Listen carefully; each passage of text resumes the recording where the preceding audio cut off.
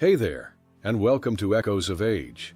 This is the place where we talk real stuff about getting older, in a way that helps you feel stronger, stay sharper, and live better every single day.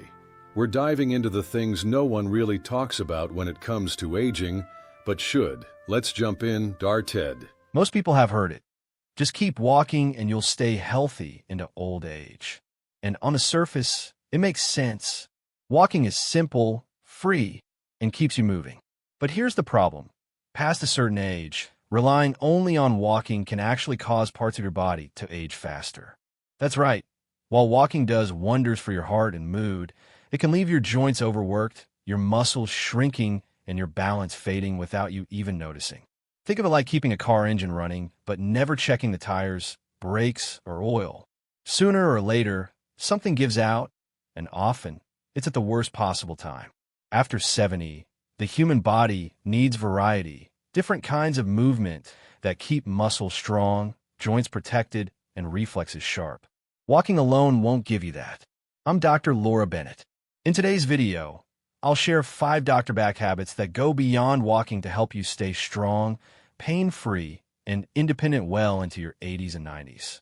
And trust me, the last one may be the single most important shift you'll ever make for your health. Before we dive in, if you're over 60 and want simple, evidence-based tips to keep your body and mind thriving, hit that subscribe button and ring the bell. And if you're watching right now, type yes in the comments. It tells me you're part of this community and helps me make videos tailored to you. Let's get started. Walking moves your body, but it doesn't build it. One of the biggest hidden health threats after 70 isn't heart disease. It's sarcopenia, the gradual loss of muscle mass that accelerates with age. We start losing muscle in our 40s, but after 70, the decline can become steep. Without intervention, this loss leads to weakness, loss of independence, and a higher risk of falls. Meet Irene, 74. For years, she walked 3 miles every morning without fail. She thought she was the picture of health, until the day she tried to lift her small suitcase into the trunk. Her arms trembled. She strained. She had to call a neighbor for help. When her doctor tested her muscle strength, it was far below average for her age.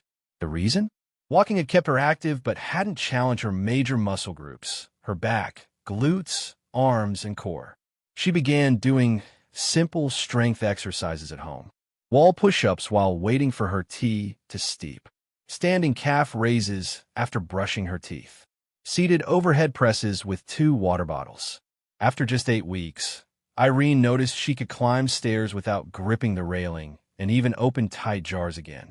Here's your quick self-test. Sit in a sturdy chair, cross your arms, and stand up without using your hands. Can you do it smoothly? If not, your muscles are calling for strength training. The good news? Muscle responds at any age. 10 minutes, 3 times a week is enough to make a difference, and you don't need fancy equipment. If this is hitting home for you, type strength first in the comments, and let's move to the next essential. Many people believe balance is something you either have or lose with age. But balance is a skill, and skills fade if you don't practice them. Here's the reality. Falls are the leading cause of injury-related hospitalizations in adults over 70. They can rob you of your independence in seconds. Take Paul, 77, a retired librarian. He enjoyed daily walks around his block.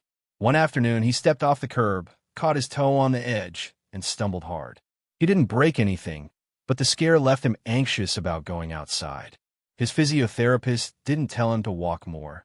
Instead, she gave him balance drills, standing on one leg while holding the kitchen counter, walking heel to toe along a hallway, sidestepping with knees slightly bent. Within a month, Paul felt steadier and even started gardening again without fear of losing his footing. Try this right now. Stand near a counter for safety, lift 1 foot, and balance for 10 seconds with your eyes open. Then try it with your eyes closed. If you wobble, it's a sign your balance could use some training. Walking doesn't challenge your vestibular system, ankle stabilizers, or proprioception, all of which are critical to preventing falls. The fix is intentional practice. If you agree balance matters, type balance matters in the comments. Walking keeps you moving forward, but life isn't lived in straight lines.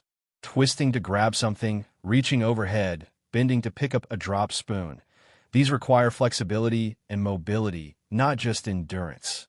Angela, 79, loved cooking for her grandchildren. One day, she realized she could no longer reach the top shelf without discomfort, and turning her head while driving felt stiff. She assumed it was just aging until a friend convinced her to try gentle mobility exercises. She began with neck rotations before breakfast, arm circles while the kettle boiled, gentle seated spinal twists in her living room chair, toe touches to keep her hamstrings supple. After a few weeks, she was surprised to find she could easily look over her shoulder again and reach for dishes without strain. Here's a self-check. Stand tall and slowly turn your head left, then right. Do you feel pulling or stiffness? That's your body telling you it needs more mobility work. Flexibility doesn't mean bending like a gymnast. It means keeping enough range of motion to move through daily life with ease and dignity. If this speaks to you, type stretch to live below. People often assume walking strengthens the whole body, but it barely activates your deep core muscles. And after 70, a weak core is like a house with a cracked foundation. Sooner or later, things start to collapse. Your core isn't just your abs. It includes deep stabilizers in your torso, your diaphragm, and the muscles around your pelvis and spine. These muscles keep you upright, protect your back, and even help you breathe efficiently. Consider George, 75, who had always prided himself on standing tall. Over time, his daughter noticed he was leaning forward and his shoulders were rounding. He started getting back pain after short walks and even mild acid reflux. A posture specialist taught him wall alignment holds, standing with heels, hips, and head against a wall for 2 minutes. Seated pelvic tilts, gently rocking the pelvis while sitting. Core bracing, tightening the lower abdomen while breathing deeply. Within 6 weeks, George's back pain decreased by half, his breathing improved, and he looked noticeably more upright. Test yourself. Stand with your back to a wall. Can your head, shoulders, and tailbone all touch it comfortably? If not, your alignment may be slipping. If you want to protect your body from the inside out, type posture power in the comments. We often hear walking is low impact, but that's not always true, especially on hard pavement or without supporting muscle strength. Over time, repetitive steps can actually wear down cartilage in the knees, hips, and ankles. Frank, 78, loved his morning walks, but slowly, knee pain began to creep in. He thought it was just aging, until an orthopedic exam revealed early cartilage wear. His doctor recommended swapping some walks for joint-friendly activities, water aerobics to take advantage of buoyancy, a stationary bike for cardio without pounding the joints, Tai Chi to combine gentle movement with balance training, resistance band exercises done while seated. After 2 months, Frank's knees felt better, and he actually looked forward to his varied routine. Here's a quick home test. Sit in a chair and stand up without using your arms. If you feel pain or stiffness in your knees or hips, your joints may be absorbing more stress than they should. Joint care isn't about doing less. It's about doing smarter. If you're ready to protect your joints, type protect my joints below. Walking is wonderful. It clears your mind, boosts your mood, and supports your heart. But as we've seen, it's not a magic bullet. To stay strong, independent, and pain-free after 70, you need a balanced mix. Strength training to fight muscle loss. Balance exercises to prevent falls. Mobility work to keep your range of motion. Core and posture training to protect your spine and organs. Joint-friendly alternatives to prevent wear and tear. None of these require a gym membership or expensive gear, just consistency, intention, and a willingness to adapt. Look at the stories of Irene, Paul, Angela, George, and Frank. They didn't overhaul their lives. They added small, targeted changes. And those changes gave them back confidence, freedom, and joy in movement. So, which of these 5 will you start with? Tell me in the comments. Your answer might inspire someone else watching right now. If this video helped you, give it a thumbs up, subscribe, and share it with a friend or family member over 60.